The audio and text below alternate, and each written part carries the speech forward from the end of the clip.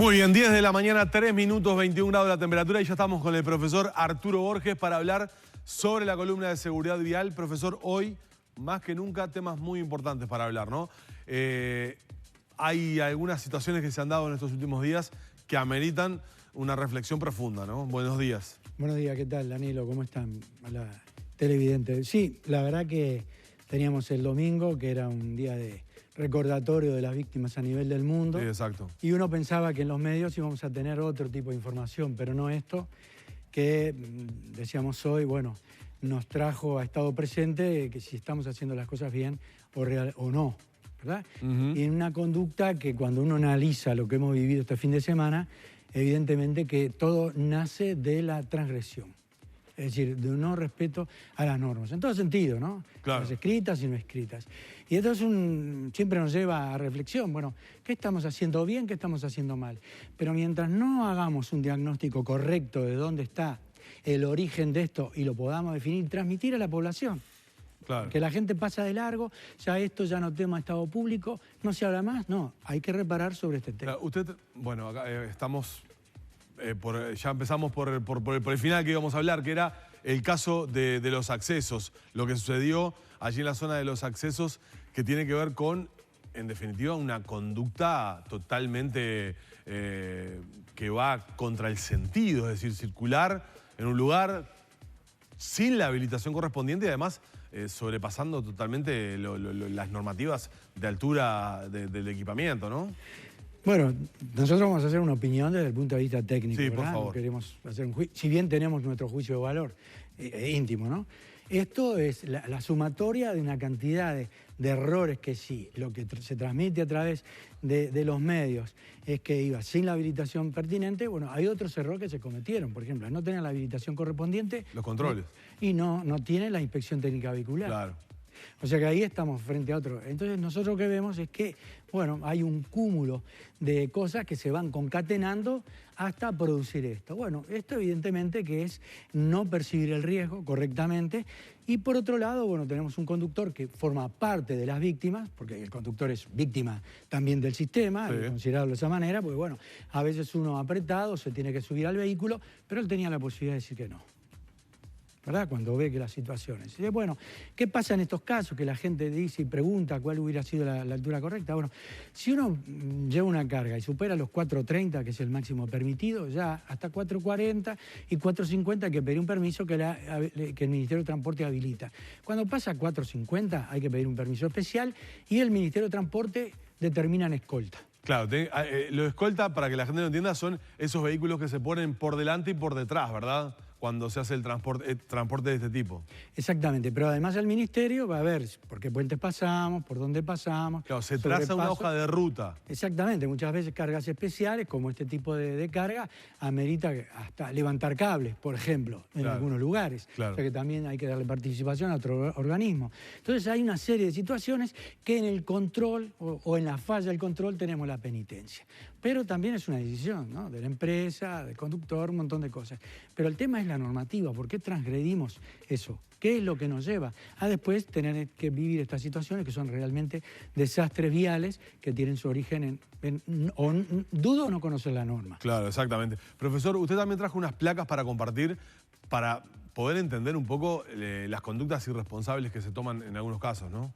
Bueno, nosotros en particular queremos hacer referencia a algunas maniobras que estamos viendo en ruta, sobre todo las más recorridas que van hacia el este. De la interbalnearia, por ejemplo, ¿no? Seguro, que la interbalnearia, cómo se entra a la carretera. Entonces ahí en imagen tenemos la entrada correcta a la ruta, como si fuera Boulevard Artigas o Avenida Italia. Bueno, esto es técnicamente un error. ¿Por qué? Porque este individuo que busca el carril exterior o el que está pegado a la banquina, se atraviesa los 3 carriles y los 3 autos que vienen circulando por alguno de ellos, evidentemente no saben todavía qué carril va a ocupar. Claro, ahí tiene que tomar el carril más próximo. Exactamente, y hacer el giro en ángulo recto. Entonces, después de que se incorporó allí, va a prender el señalero y va a tratar de buscar su circulación por los carriles de la derecha derecha, que sería lo más adecuado. ¿Qué ventaja tienen comparativa estos dos carriles sobre la derecha? Primero, que podemos lograr distancia de seguridad, y la velocidad siempre va a ser la adecuada. Porque hoy el problema fundamental, esto, Danilo, ¿sabes qué es? Andamos muy rápido. La velocidad, sí. Muy rápido. Entonces, se puede ver claramente. Claramente. Entonces, ¿qué pasa? No tenemos los controles necesarios,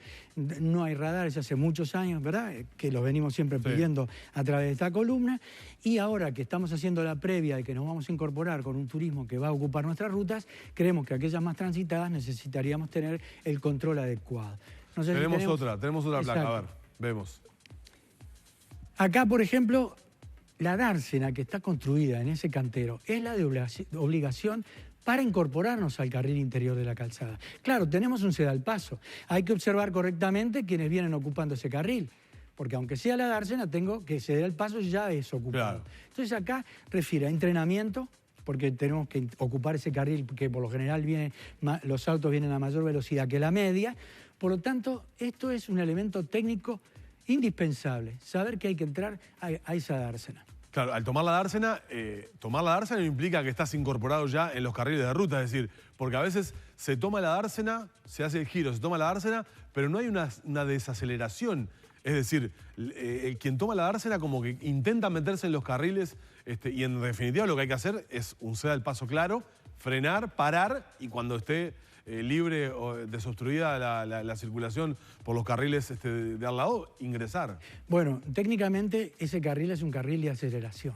Ajá. Que es lograr una velocidad como vienen los detrás. Para permitir. Exactamente, pero tengo el ceda al paso. Sí, claro, pero si está congestionado y no se puede, no se puede. Exactamente. Por lo tanto, hay que observar y en la punta de ese carril, cuando uno se incorpora, ya tener medianamente conocido cuál es el lugar que voy a ocupar nuevamente. Bien, ¿tenemos otra? Sí, sobre todo teníamos algunas sobre las zonas, ¿verdad? Tuvimos también un serio incidente en la Ruta 3, donde... Sí, un accidente tremendo en la Ruta 3 con 3 fallecidos, donde en definitiva un vehículo va a rebasar a un camión y se da de frente con una moto que venía. Exacto, entonces ahí se unieron dos cosas. Primero, la primera señal que habíamos visto es la que permite adelantar. Esto, línea continua, una o dos continuas, siempre significa lo mismo. Acá hay que imaginar una pared.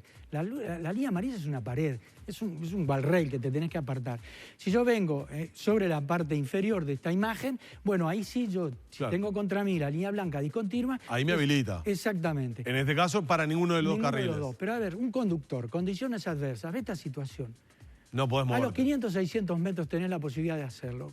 ¿Qué necesidad de regar? Acá la clave es la baja percepción del riesgo, sobre todo en condiciones adversas.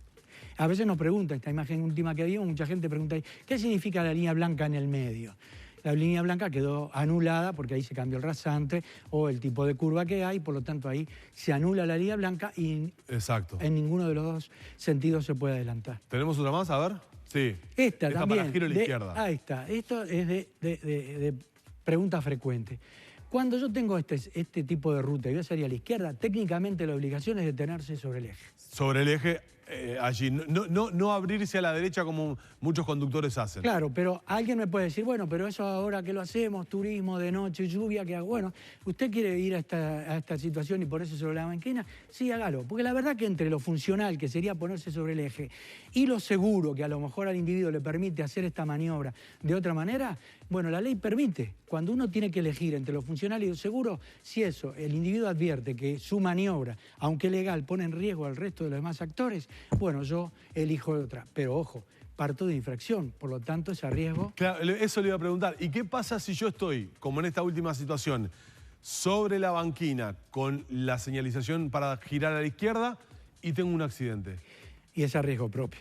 Ahí un seguro, por ejemplo, no me cubriría. No, el seguro va a cubrir. Lo que pasa que evidentemente que va a haber una capacidad de qué porcentaje se cubre qué. Está bien. Pero ¿qué sucede? Cuando uno hace, partiendo de una infracción, es decir, nosotros lo sugerimos porque ahora bien turismo, de noche se complica, hay gente que no está muy segura porque hay que estar entrenado para hacer esto y por ahí tiene el temor de algo. Bueno, puede ir a la banquina, pero recuerde que después tiene que atravesar de manera perpendicular la carretera. Profesor,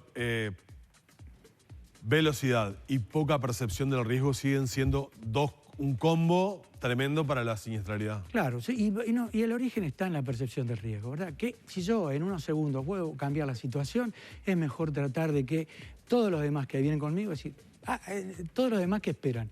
Una conducta que ya Bien. conocemos, pero no algo inesperado, que a lo mejor no tenemos el tiempo por la velocidad de corregir con alguna alternativa. Perdón. Como siempre es un placer haberlo recibido, ¿eh? Muchas gracias, Danilo. El gusto es mío. Cerramos la columna de seguridad vial con el profesor Arturo Borges.